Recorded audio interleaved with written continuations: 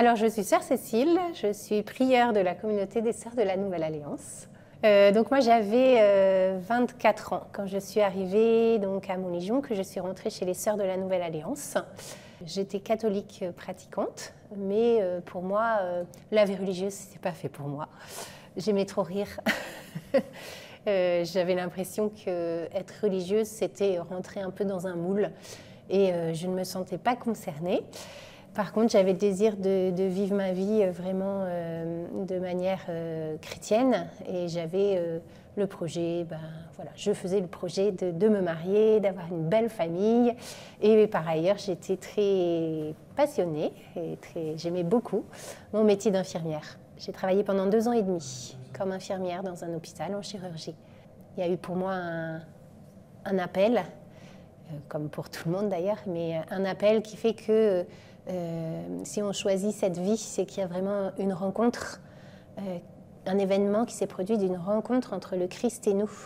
Bien sûr, une rencontre intime, mais un événement déclencheur, ou bien soit un événement déclencheur, soit un attrait qui devient un désir qui prend toute la place, qui nous envahit et qui devient irrésistible, un peu comme quand on est amoureux. L'événement déclencheur pour moi, ça a été un pèlerinage à Rome, donc avec d'autres jeunes. J'avais 23 ans. Et pendant cette semaine, en marchant sur les pas des premiers chrétiens, j'avais comme une parole intérieure qui m'habitait. « Et toi, qu'est-ce que tu vas faire pour moi ?» Et qui se répétait tout au long de la semaine. Et donc moi, je disais au Seigneur, moi, je veux me marier, avoir des enfants, mon beau métier d'infirmière. Ça me semblait, et c'était tout à fait, je dirais, un beau projet humain, chrétien aussi, on peut dire. Mais j'ai senti que le Seigneur m'a appelée à quelque chose de plus radical, et que le bonheur pouvait aussi se trouver dans cette voie. Et puis, il y a eu un événement pour moi déclencheur au cours d'une messe, où le Seigneur m'a vraiment... il m'a vraiment bousculée par sa parole. Je ne sais même pas si le mot bousculer est le bon mot. Sa parole m'a traversée comme une flèche en plein cœur. Et cette parole, c'était la parole du psaume 44. « Écoute ma fille, regarde et tends l'oreille. Oublie ton peuple, la maison de ton père. Le roi sera séduit par ta beauté. » Et donc ça, c'était une grande déclaration d'amour. Voilà. En même temps, ce psaume, je l'avais déjà entendu bien des fois, puisque j'étais catholique pratiquante depuis le berceau. Mais jamais cette parole ne m'avait... je ne m'étais sentie concernée par cette parole. Et là, ce jour-là, je devais chanter le psaume. Et c'est en chantant ce psaume, au cours de la messe, sans l'avoir préparé avant, qu'en chantant, je ne peux pas expliquer ce qui s'est passé. Mais je me suis sentie traversée par cette parole. Et je me suis dit, je ne peux plus faire comme si comme s'il n'y avait pas cette question maintenant qui se posait. Voilà. Donc après, j'ai vraiment pris le temps de prendre cette parole au sérieux et de peser, de discerner si elle venait vraiment de Dieu ou si c'était un fruit de mon imagination. Un peu de peur, parce que c'était pas rien. Pour moi, c'était un grand bouleversement. Et en même temps, je percevais bien au fond de moi qu'il y avait quelque chose d'un vrai bonheur qui était là. Et par contre, ce qui s'est passé, c'est que en rentrant, j'étais de plus en plus attirée vers l'Eucharistie, comme quand on aime quelqu'un, en fait. Quand on aime quelqu'un, quand on tombe amoureux, on a besoin de se voir, on a besoin de se rencontrer. Et moi, c'était du même ordre. J'avais besoin d'aller prier auprès du tabernacle parce que je savais qu'il était là. et mon désir de l'Eucharistie s'est décuplé à ce moment-là. Et à partir de ce moment-là, j'ai commencé à aller à la messe tous les jours. Et c'était un vrai besoin. Alors déjà, moi, j'étais accompagnée spirituellement par un prêtre qui me connaissait déjà depuis plusieurs années, qui m'avait déjà posé la question. Mais cette question, je l'ai évincée. parce que je pense qu'elle me faisait un peu peur. Et elle est ressortie. Et avec lui, en fait, au fur et à mesure des mois qui passaient, j'avais des événements de ma vie qui revenaient et qui me disaient, mais le Seigneur a déjà posé des jalons. Il avait déjà fait des avances, si on peut dire, 2 ans avant, et puis même beaucoup plus tôt, à l'âge de 8 ans, où j'avais été emballée, enthousiasmée, on pourrait dire, parce qu'enthousiasme, c'est être plein de Dieu, enthousiasmée par la vie de Mère Teresa. Et je m'étais dit, waouh, plus tard, je voudrais faire la même chose. Et ce souvenir, je l'avais complètement occulté. Et les mois d'après, eh bien, dans la prière, ce souvenir m'a été redonné.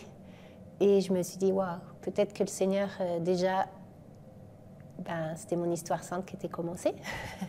Et que, voilà, même si après j'ai vécu ma vie de jeune, d'adulte, comme tout le monde, ça a été un événement que j'ai relu à ce moment-là.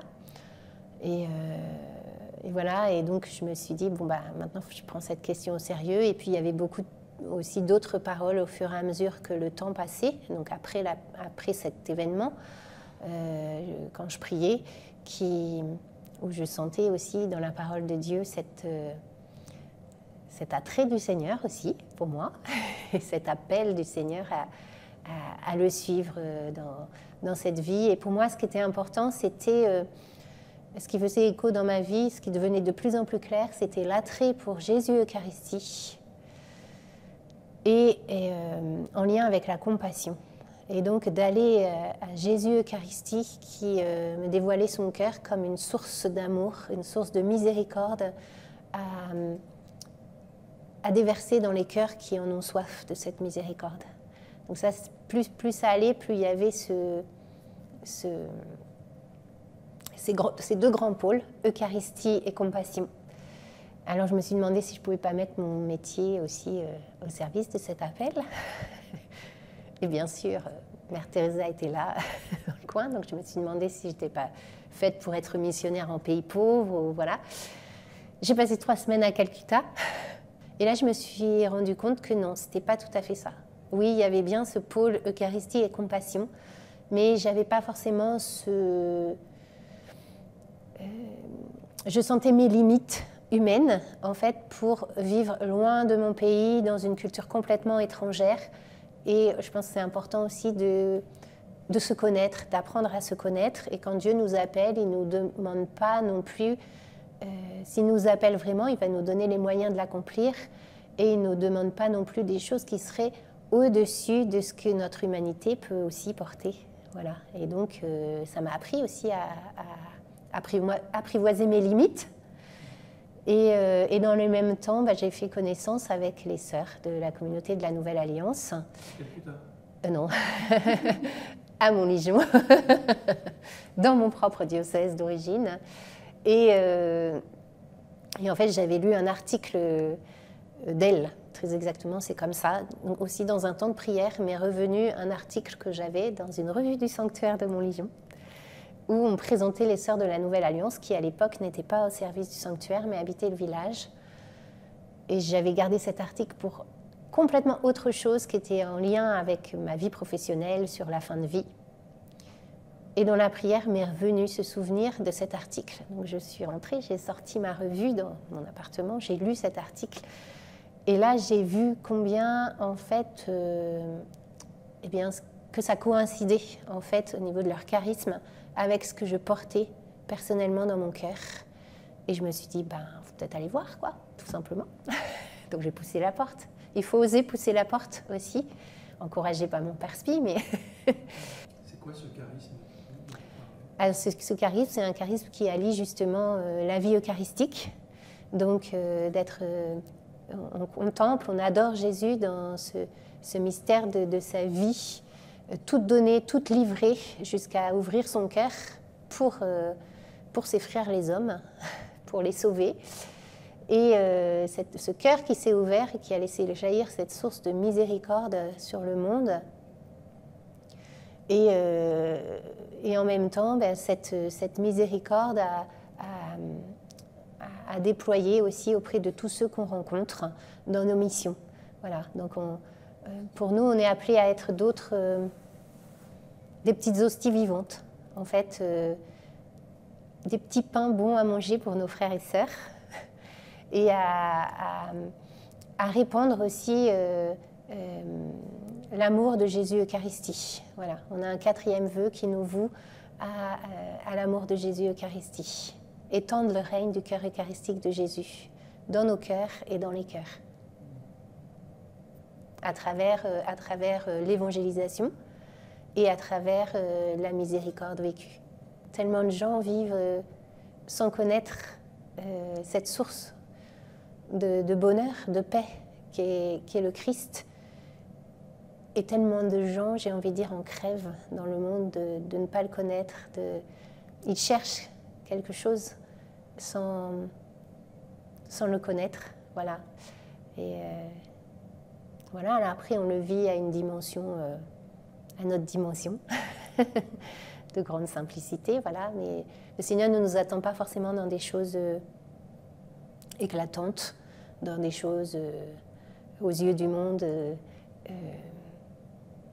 Voilà, oui, éclatante, mais il nous attend déjà dans notre fidélité au quotidien et auprès de tous ceux qu'on rencontre, de rayonner cet amour de Jésus Eucharistie. Me vient une parole d'Élisabeth de la Trinité qui m'avait pas mal interpellée justement quand je me posais toutes ces questions, enfin une fois que j'ai eu l'appel, mais que j'étais un petit peu prise dans la peur de me dire est-ce que j'y vais, est-ce que j'y vais pas. Cette parole, c'est « Laisse-toi prendre dans les filets du Maître, il y fait si bon ». Pour nous rejoindre, alors bien nous contacter. Voilà, en parler peut-être avec un père spirituel, si elle en a un. Voilà, donc parce que l'Église aussi vérifie quand même, enfin vérifie. On n'avance pas tout seul sur le chemin, on avance en Église et notre vie, c'est un don pour l'Église. Et donc, c'est important de se faire accompagner, voilà, spirituellement, d'en parler à son père spirituel, de lui ouvrir son cœur, ou un prêtre si elle n'en a pas, enfin voilà, et éventuellement venir faire une petite découverte à la communauté, voilà, ce qui n'engage à rien du tout, parce que ce qui n'engage à rien du tout, c'est simplement se dire, tiens, ça permet peut-être de se projeter, de se dire, tiens, si c'était ça. Et donc ça peut être déjà de commencer par une semaine, et puis après ça se vit dans le dialogue, et puis soit on dit non, ça n'a pas l'air d'être ça, voilà, ou bien pas ici, pas chez nous, enfin voilà. Mais ça peut être bon de faire des petites expériences, voilà. Donc nous on propose des jeunes qui veulent venir passer une semaine d'immersion dans la vie des sœurs. Alors soit c'est à plusieurs elles viennent, mais ça peut se faire tout seul. Et vivre une semaine qu'on a un petit peu intitulée, comme l'émission de télé, Vie ma vie. Vie ma vie pour un petit peu se rendre compte de ce que c'est qu'une vie religieuse et de comment vivent ces sœurs de la Nouvelle Alliance. Voilà, leur vie de prière, leur rythme de vie, leur vie fraternelle. Et puis toutes les questions qui peuvent graviter. Oui, voilà. Elle dort ici, oui, elle mange avec nous, elle participe aux offices. Elle a des activités, des petits travaux, voilà. Des petits temps d'entretien personnel, des petits temps aussi un petit peu de formation ou voilà. Alors on a un site, sœursdelanouvelle-alliance.fr. Après, ça peut être de nous contacter par mail. sœursdelanouvelle-alliance@gmail.com ou encore de me contacter, moi la frière. Donc voilà. Et après, on va aussi mettre en place au mois de mai une session de discernement. Alors pas forcément, session de discernement pour, voilà, je pense que c'est une question, à quel bonheur Dieu m'appelle-t-il? Que ce soit la vie consacrée ou le mariage d'ailleurs. Mais de prendre du temps pour se poser, de se dire, mais à quel bonheur Dieu m'appelle-t-il? Et cette session, elle aura lieu du 28 avril au 1er mai, et elle sera prêchée, animée par nous, les sœurs, et les enseignements seront délivrés par dont Louis-Hervé Guigny, qui était donc l'ancien responsable le précédent responsable du séminaire de la communauté Saint-Martin, et qui a écrit un livre justement sur toutes ces questions du discernement qui s'appelle « Appeler à la joie ».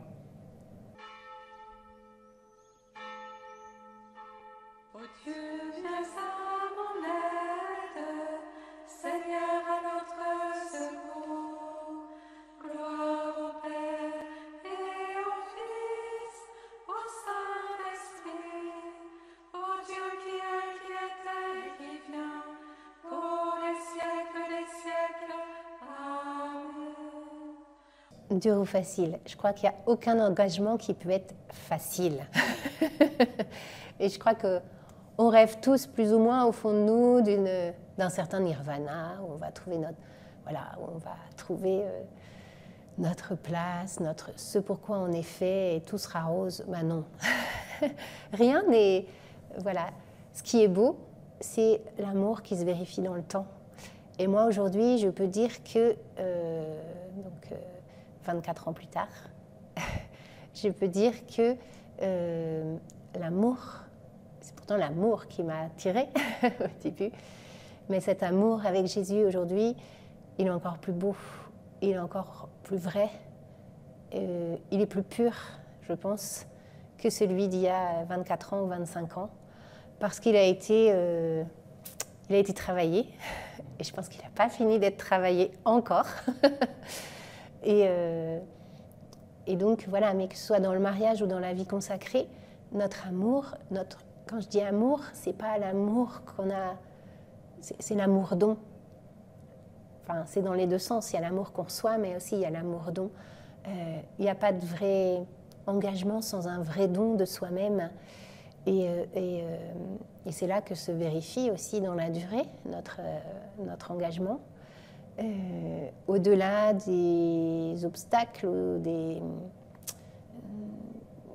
des épreuves qui peuvent se présenter.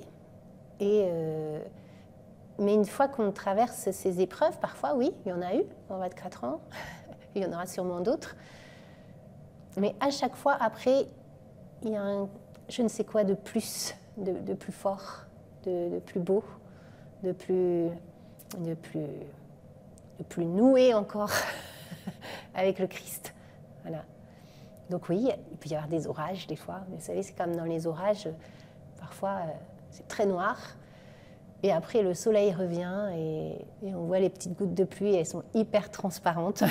Ça me fait toujours penser à ça, et tout redevient calme. Voilà.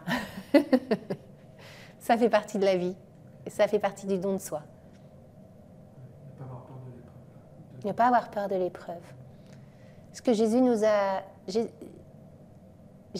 promis une chose, c'est qu'il serait toujours là. Il ne nous a pas promis que ça se passerait sans tempête.